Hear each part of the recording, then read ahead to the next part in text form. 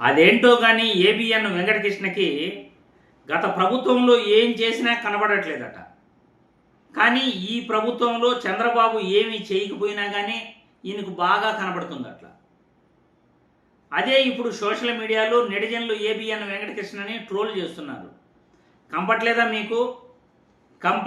మీకు అంటూ సోషల్ మీడియాలో నెటిజన్లు ఏబిఎన్ వెంకటకృష్ణని ట్రోల్ చేస్తున్నారు. ఎందుకు ట్రోల్ చేస్తున్నారు? గత ప్రభుత్వంలో ఏబిఎన్ వెంకటకృష్ణకి ఏం కనపడలేదు, ఈ ప్రభుత్వంలో ఏం కనపడతా ఉంది ఏబిఎన్ వెంకటకృష్ణకి అనేది ఈ వీడియో చూసిన తర్వాత మళ్ళీ మనం విశ్లేషించుకుందాం. నేను ఆర్సిఆర్మిటల్ మా హయాంలోనే మేము మాట్లాడాము. చంద్రబాబు నాయుడు అంతా తన క్రెడిట్ చేసుకుంటున్నాడు. నేను ఎప్పుడో డావోస్ వెళ్ళినప్పుడే 22లో డావోస్ వెళ్ళినప్పుడే వాళ్ళతో మిట్టల్ వాళ్ళతో మాట్లాడాను అని అంటాడు. డావోస్ నేను ఎవరితో మాట్లాడాను అసలు?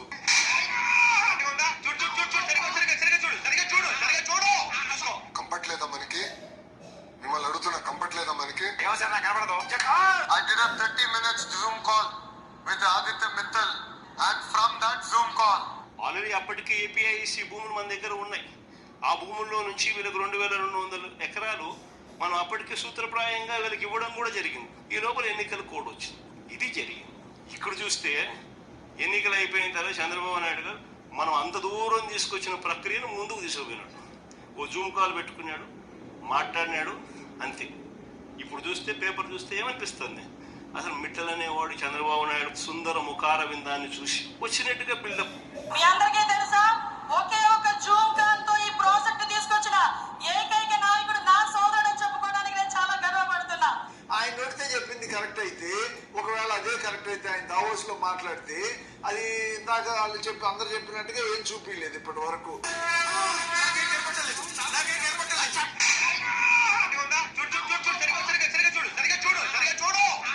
కంపట్లేదా మనకి? మిమ్మల్ని అడుగుతున్నా, కంపట్లేదా మనకి? గత ప్రభుత్వంలో ఏం చేసినా వీళ్ళ కంటికి ఏమి కనపడదు. కొంతమంది మేధావులు కూర్చుంటారు అక్కడ ఆ టీవీలో ఏబిఎన్ డిబేట్లో.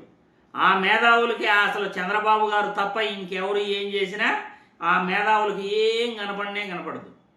అర్ధ గంటలో జూమ్ కాల్ మీటింగ్ పెడితే పెట్టుబడులు వచ్చేస్తాయట, కంపెనీలు కూడా వచ్చేస్తాయట.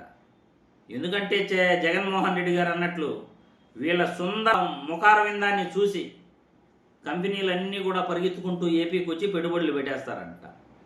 అర్ధగంట జూమ్ కాల్ మీటింగ్కి వీళ్ళ ముఖార విందాన్ని చూడడానికే కంపెనీలు వచ్చేసి పెట్టుబడులు పెట్టేస్తుంటాయి. 2022 మే నెల 24వ తేదీ జగన్మోహన్ రెడ్డి దావోస్లో ఆదిత్య మిట్టల్తో చర్చలు జరిపాడు. చర్చలు జరిపిన తర్వాత అప్పటికప్పుడే 1,000 కోట్ల పెట్టుబడులు కూడా ఆదిత్య మిట్టల్ గారు పెట్టడం జరిగింది. ఆంధ్రప్రదేశ్ రాష్ట్రంలో పెట్టుబడులు పెట్టేందుకు వాళ్ళు అంగీకరించడం కూడా జరిగింది. జగన్మోహన్ రెడ్డి గారు అన్నట్లు ఏపీఐఐసికి చెందిన 2200 ఎకరాల భూమి కేటాయింపులు కూడా ఎన్నికల ముందే కేటాయించడం కూడా జరిగింది.